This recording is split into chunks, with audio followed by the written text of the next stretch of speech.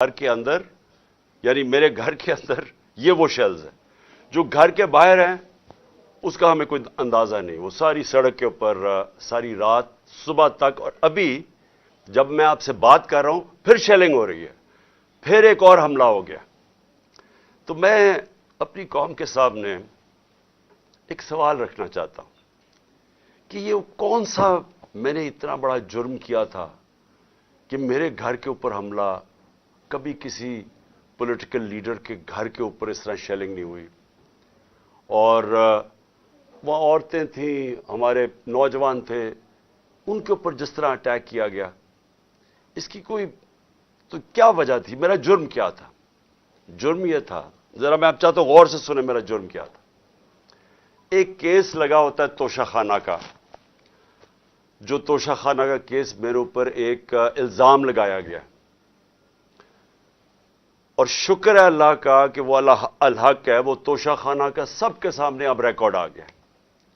میں چیلنج کرتا ہوں کہ جب یہ کیس سنا جائے گا، اگر کسی نے ساری چیزیں جائز طریقے سے، یعنی جائز طریقے سے، توشہ خانہ کا مطلب ہوتا ہے کہ جو آپ پریزنٹ آپ کو جب گفٹس ملتی ہیں تو ان میں سے جو آپ رکھنا چاہتے ہیں ایک قیمت ادا کر کے لے لیتے ہیں، وہ آپ کی پراپرٹی بن جاتی ہے. یہ توشہ خانہ ہے، اور یہ 70 سال سے یہی ہے. اور یہ جو کہتے ہیں کہ وہ اچھا جی وہ آپ کو کوئی بڑا تحفہ ملا تھا، اسٹیٹ گفٹ، جو آپ چیز خریدتے نہیں ہیں توشہ خانہ کی، وہ آکشن ہو جاتی ہیں، وہ کوئی عجائب گھر میں نہیں رکھی جاتی. تو میرے اوپر پورا انہوں نے میڈیا ٹرائل چلوایا، اسی کے اوپر کیس کر دیے، اور اب اللہ کا کرم ہے کہ ان ساری چیزیں ان کی سامنے آ گئی ہیں. اور ابھی آپ کو پتہ چلے گا جب وہ دیکھیں گے کہ انہوں نے چوری کی ہے توشہ خانہ سے، اور انشاءاللہ وہ سامنے آ جائے گا. اب توشہ خانہ کا کیس لگا F8 کی کچہری میں. F8 کی کچہری میں 2 دفعہ بم دھماکے ہو چکے ہیں. وہ اس کو آپ کی جو سیکیورٹی ہے وہ پروٹیکٹ ہی نہیں کر سکتے. وہ جگہ ایسی ہے کہ وہاں وکیل بھی شہید ہوئے، وہاں ججز بھی شہید ہوئے، ادھر ہی جب 2 دفعہ دہشت گردی ہوئی. تو جب وہاں اس کو پروٹیکٹ کر ہی نہیں سکتے، اور خود انٹیریئر منسٹر کہہ رہا ہے کہ میری جان خطرے میں ہے، انٹیریئر منسٹری کہہ رہی ہے کہ میری جان کو خطرہ ہے. ایک میرے اوپر حملہ ہو چکا ہے. مجھے پتا ہے کہ جو لوگ آج بیٹھے ہوئے ہیں یہ اقتدار میں، جو شہباز شریف اور رانا ثناء اللہ، یہی انہوں نے ہی پہلا میرے اوپر کیا تھا، اور ایک اور ایجنسیز کے آدمی نے. اب وہی پاور میں بیٹھے ہیں، خطرہ ان سے ہے. تو میں ایک چیز مانگی کہ مجھے سیکیورٹی دیں ادھر جانے کے لیے، اور اگر سیکیورٹی نہیں دے سکتے تو میرا ادھر کر دیں کیس جدھر مجھے سیکیورٹی ملتی ہے. جب سے میری ٹانگ ٹھیک ہوئی ہے، میں 2 دفعہ ایک لاہور ہائی کورٹ گیا اور ایک اسلام آباد، کوئی سیکیورٹی نہیں تھی، کوئی پروٹیکشن نہیں تھی. اور پھر میں واضح کر دوں کہ یہ انپریسیڈنٹڈ ہے کہ ایک ایکس پرائم منسٹر کو قاتلانہ حملہ ہوتا ہے، اس کے بعد اس کو سیکیورٹی نہیں ملتی. اس کے لیے اس وجہ سے ہم نے عدالت میں گئے ہوئے ہیں کہ ہمیں سیکیورٹی دو، اور اس جج نے میرے اوپر وارنٹ نکال دیا. اب یہ وارنٹ کیا ہے؟ جس کے لیے پولیس آئی ہوئی تھی.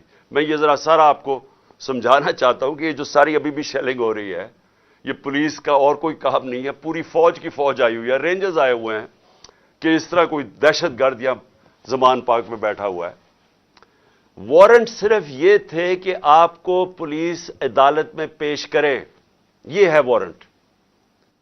جس عدالت میں اس لیے نہیں جا سکا کیونکہ سیکیورٹی کا ایشو تھا، عدالت نے پیش کرنا، یہ پولیس نے وہاں پیش کرنا تھا. رات کو جو پریزیڈنٹ ہیں لاہور ہائی کورٹ کے بار کے، اشتیاق خان، انہوں نے شورٹی دے دی.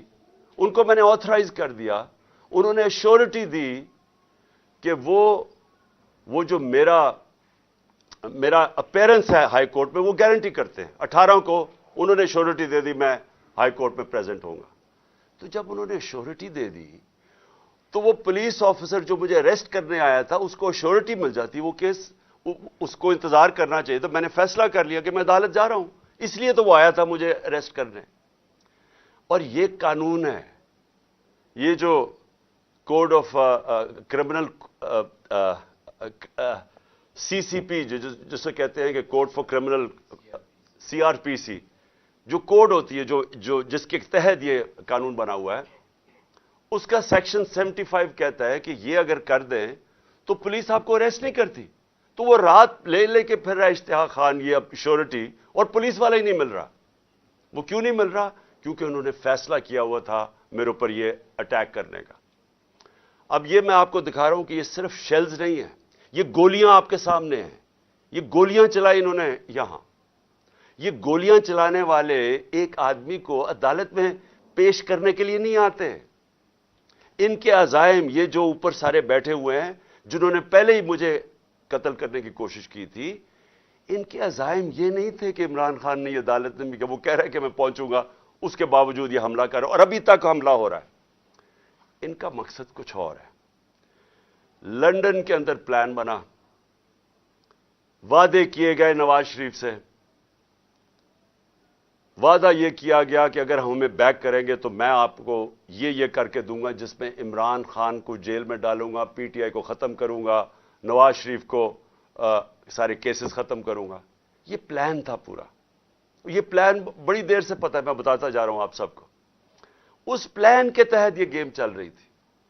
کیوں میرے ورکرز اس طرح, جس طرح انہوں نے یہ دفاع کیا زبان پاک کی, میں تو کیا ان کو 2 دفعہ کہا, میں نے کہا دیکھو یہ میں کوئی انتشار نہیں چاہتا, میں چاہتا ہوں میں چلا جاتا ہوں, بیگ میرا پیک تھا.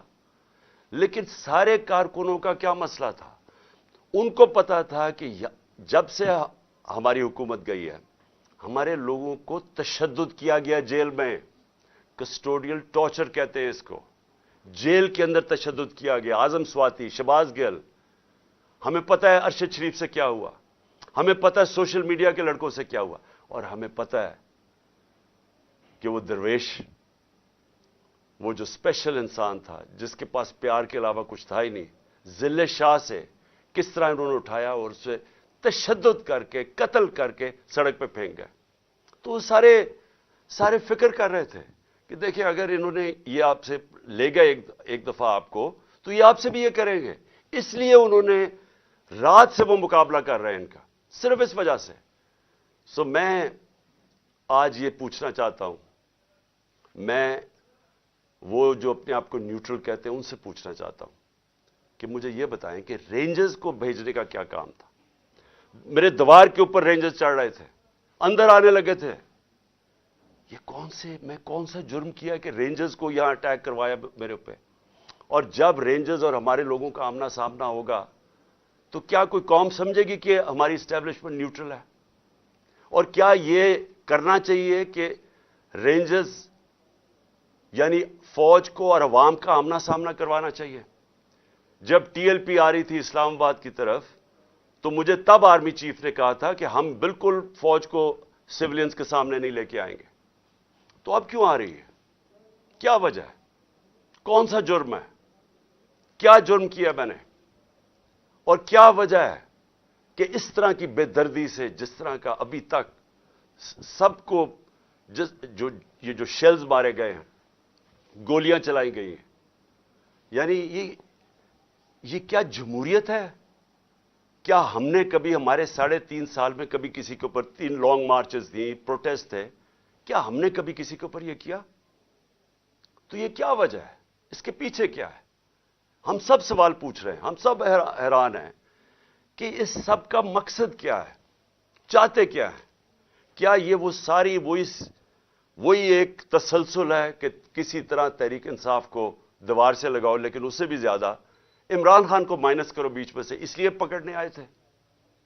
اور دیکھیں میں آج اپنی ساری قوم کے سامنے کہہ رہا ہوں کہ دیکھیں میں نے پوری کوشش کی ہے جب سے میری گورنمنٹ گرائی گئی ہے کہ کوئی میری وجہ سے اس ملک میں انتشار نہ ہو. ہم نے سارے پرامن 70 جلسے کیے, سب پرامن. جب کوئی انتشار کا وقت آتا تھا, جب انہوں نے اسی طرح ہمارے اوپر ظلم کیا 25 مئی کو پچھلے سال, میں نے کینسل کیا, میں نے اس کو ختم کر دیا دھرنے کو, کیونکہ مجھے ڈر تھا کہ اب انتشار کی طرف جا رہا ہے. اس کے بعد 26 نومبر لاکھوں لوگ جمع تھے وہاں اس وقت پنڈی میں.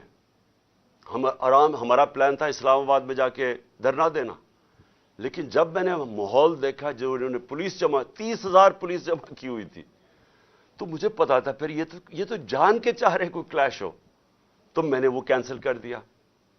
ہم نے 8 مارچ کو ایک پرمیشن لی ہوئی تھی. انہوں نے ہمیں شام کو پولیس نے پرمیشن دی تھی کہ اپنی الیکشن ریلی جو ہم نے اپنی 30 اپریل کی الیکشن کے لیے کرنی تھی, پرمیشن ملی ہوئی تھی, روٹ اپرووڈ تھا. صبح لوگ آ رہے ہیں اور دیکھ رہے ہیں پولیس کھڑی ہوئی ہے اور پولیس کے جتھے کھڑے ہوئے ہیں اور لوگ ریلی کے لیے آ رہے ہیں, اور ایک دم پتہ چلتا ہے کہ دفعہ 144 لگا دی جاتی ہے. کس وجہ سے؟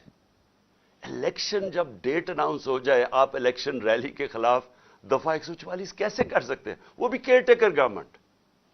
اور اس کے بعد شیلنگ شروع ہو جاتی ہے, جس طرح اب آتے ساتھ اس شیلنگ, ڈرانا, دھمکانا, مارنا, اور اس میں ذل شاہ کا جس طرح قتل کیا گیا. تو اس کے بعد جب اگلے دن ہم نے وہ کیا, پھر سے انہوں نے جب بین کیا, اور ان کا خیال تھا کہ ہم پھر سے ری ایکٹ کریں گے, میں نے پھر کینسل کیا, کیونکہ مجھے پتا تھا ہمارے لوگوں کو غصہ تھا جو ذل شاہ سے, سب اسے پیار کرتے تھے. تو اس لیے ہم نے کینسل کی, ہم نے پوسٹ پون کی تاکہ کوئی انتشار نہ ہو. اب مجھے بتائیں, رات سے جب مجھے پتا چلا کہ اچھا یہ وارنٹ آ گئے ہیں تو چلے میں شیورٹی دے دیتا ہوں, وہ بانڈ سائن کر دیتا ہوں میں اس کے ساتھ, اشتیاق خان کے ساتھ, پریزیڈنٹ لاہور بار ہائی کورٹ بار ایسوسی ایشن. تو پھر کیا چیز رہ گئی تھی؟ کیا وجہ ہے؟ ابھی تک حملے ہو رہے ہیں, عدالت کے اندر ہمارا کیس پڑا ہے, عدالت میں ہم گئے ہوئے ہیں اسلام آباد میں اور لاہور میں, اور ابھی تک یہ شیلنگ رینجرز نے پھر اٹیک کر دیے. اور مجھے ابھی بھی نہیں سمجھ آئی کہ میرے گھر کی دیواروں سے کود کے اندر آ رہے تھے. کیا کوئی کمانڈو ایکشن کرنا تھا کہ عمران خان کو پکڑ کے لے جانا تھا؟ یہ کیا مذاق کر رہے ہیں اس ملک کے ساتھ. اور میں آخر میں افسوس سے کہنا چاہتا ہوں کہ دیکھیں, یہ ملک کو ادھر آپ لے کے جا رہے ہیں, اور جو بھی اس وقت پاور میں بیٹھے ہیں, میں آپ کو یہ بتا دوں کہ ملک کو ادھر لے کے جا رہے ہیں کہ یہ میرے ہاتھ سے بھی چیز نکل جائے گی. اب یہ جو لڑکوں نے, یہ تھوڑے سے تھے, جس طرح انہوں نے وہاں کھڑا ہو کے ٹیئر گیسنگ سب کے باوجود, اتنی بھاری پولیس کی نفری اس کے سامنے کھڑے ہوئے ہیں, صرف اس خوف سے کہ چیئرمین کو اٹھا کے لے جا کے یہ پھر جیلوں میں تشدد کریں گے. اور خوف یہ ہے کہ انہوں نے قتل کرنے کی کوشش کی تھی اور یہی اب جیل میں لے کے جا رہے ہیں. کسی کو اعتماد نہیں ہے ان مجرموں کو, یہ جرائم پیشہ لوگ ہیں, کسی کو ان کے اوپر اعتماد نہیں ہے. تو میں سوال یہ پوچھتا ہوں کہ جو اس وقت اقتدار میں بیٹھے ہیں, جو پاور میں ہیں, جو پاور کنٹرول کرتے ہیں پاکستان کی, اور وہ یہ نہیں ہے یہ جو رانا ثناء اللہ اور یہ جو شہباز شریف ہے جن کے پاس پاور ہے, کیا کوئی فکر ہے آپ کو پاکستان کی؟ کیا آپ کو فکر ہے کہ یہ ملک جا کدھر رہا ہے؟ کیا آپ کو فکر ہے کہ میں اگر آپ جب بھی مجھے پکڑ لیں گے کیا ہوگا؟ جیل میں چلا جاؤں گا. زندگی موت اللہ کے ہاتھ میں ہے, عزت ذلت اس کے ہاتھ میں ہے. کیا کر لیں گے آپ؟ اور زیادہ پارٹی طاقت میں آئے گی, لیکن اس کا جو نتیجے میں جو رد عمل آئے گا وہ کیا فائدہ ہوگا پاکستان کا؟ کس کو نقصان ہوگا؟ جس ملک کی معیشت ابھی بیٹھ چکی ہے, بھی بیکاروں کی طرح پیسے مانگتے پھر رہے ہیں, ملک سکڑتا جا رہا ہے, مہنگائی آسمانوں پہ ہے. مہنگائی ایسی مہنگائی پاکستان کی تاریخ میں نہیں آئی. تنخواہ دار طبقہ پس گیا ہے. بیچاروں کے پاس اس وقت حالات یہ ہیں کہ ان کا 2 ہفتے کے اندر ان کے پاس تنخواہیں ختم ہو جاتی ہیں. اس ماحول کے اندر انتشار پھیلانا, کیا یہ کوئی پاکستانی سوچ رکھے؟ یہ تو کوئی دشمن ایسے کرے ملک کے ساتھ تو یہ ہمارے ہاتھ سے گیم نکل جائے گی. یہ جو حرکتیں ہو رہی ہیں, یہ میری, اب یہ جو باہر لڑکے ہیں یہ میری نہیں سن رہے. جب ان کے اوپر یہ انتشار ہو رہا ہے اور یہ جو شیلنگ ہو رہی ہے, وہ میری نہیں اب بات سنتے. وہ اب میرا کوئی کنٹرول ان کے اوپر نہیں ہے. اور جس طرح کی اب بمباری اور یہ سب کے ہاتھ سے نکل جائے گا. اس لیے میں کہنا چاہتا ہوں اپنی عدلیہ سے سب سے پہلے کہ دیکھیں, امید صرف اب ہمیں آپ پہ رہ گئی ہے. یہ جرائم پیشہ لوگ جو گورنمنٹ میں بیٹھے ہیں, یہ تو کوشش کر رہے ہیں کہ 80 کیسز کر دیے ہیں, یہ تو کیسز بڑھتے جائیں گے. یہ تو کوئی کبھی ایک عدالت کبھی دوسری عدالت, ان کی تو کوشش ہے کہ میں الیکشن نہ لڑوں, یا میں کسی جیل میں چلا جاؤں, اور یا سارا وقت الجھا رہا ہوں کیسز میں کہ کبھی ایک وارنٹ نکل رہا ہے. تو ہمیں تو صرف امید عدلیہ سے ہے, اور دوسری ہم امید لگا رہے ہیں اپنی جو اسٹیبلشمنٹ ہے اس ملک کی کہ کیا آپ کا انٹرسٹ پاکستان میں ہے یا نہیں ہے. تو یہ جو تماشا ہو رہا ہے اس کو بند کریں, ملک کا سوچیں. یہ جو بھی پلان ہے لنڈن کا, اس کے اوپر نہ کام کریں. یہ ملک تباہی کی طرف جا رہا ہے. اور میری اپیل ہے آپ سب سے کہ اب اس ملک کا سوچیں. آپ جن کا جینا مرنا اس ملک میں ہے, ہمارے تو کوئی باہر نہیں جانا, میں تو کوئی لنڈن نہیں جانا جس طرح یہ سارا ٹبر اٹھ کے چلا جاتا ہے یا دوسرا اٹھ کے وہ باہر چلا جاتا ہے. ان کی تو باہر پراپرٹیز اربوں ڈالر ہیں, ہمارا تو جینا مرنا یہاں ہے. تو میرا اکیلے کو فکر نہیں کرنا چاہیے, ہر اس پاکستانی کو اس ملک کا سوچنا چاہیے جو اٹھ کے لنڈن نہیں چلا جائے گا, جس کے باہر ڈالرز نہیں پڑے ہوئے. ان سب کو سوچنا چاہیے کہ ملک جا کس طرف رہا ہے. اور اپنی عوام کو آخر میں آپ کو کہنا چاہتا ہوں, میں پھر سے آپ کو کہنا چاہتا ہوں, میں پکڑا جاؤں, جیل میں بھی چلا جاؤں, جو بھی مجھے ہو جائے, آپ نے یہ جو حقیقی آزادی کی ہماری تحریک ہے, آپ نے سب نے اس میں شرکت کرنی ہے. کیونکہ غلام قوم کا کوئی مستقبل نہیں ہوتا. یہ جو ایک چھوٹا سا طبقہ اوپر حاوی ہوا ہے, قانون کے وہ اوپر بیٹھا ہے, ہر قسم کا ظلم کرتا ہے لوگوں پہ, خوف کے اوپر ملک چلاتا ہے, سارے ملک کے وسائل کے اوپر قبضہ کر کے بیٹھا ہوا ہے, یہاں سے پیسہ چوری کرتا ہے, ہنڈی والے سے باہر بھجوا دیتا ہے. ملک کا ساری چوری کا پیسہ آج ان کے بڑے بڑے بینک اکاؤنٹس اور لنڈن اور باہر مغربی کیپٹلز میں ان کا پیسہ پڑا ہے. صرف دبئی کے اندر 20,000 پاکستانیوں نے, یہ ابھی بلومبرگ کی رپورٹ ہے, 20,000 پاکستانیوں کا دبئی میں $10.4 ارب پڑا ہوا ہے. تو ملک کیسے آگے جا سکتا ہے اگر یہ ان لوگوں کے ہاتھ میں ملک رہے گا. اس لیے میں قوم کو آج کہہ رہا ہوں کہ آپ نے پوری طرح اس حقیقی آزادی کی جہاد میں شرکت کرنی ہے. پاکستان زندہ باد.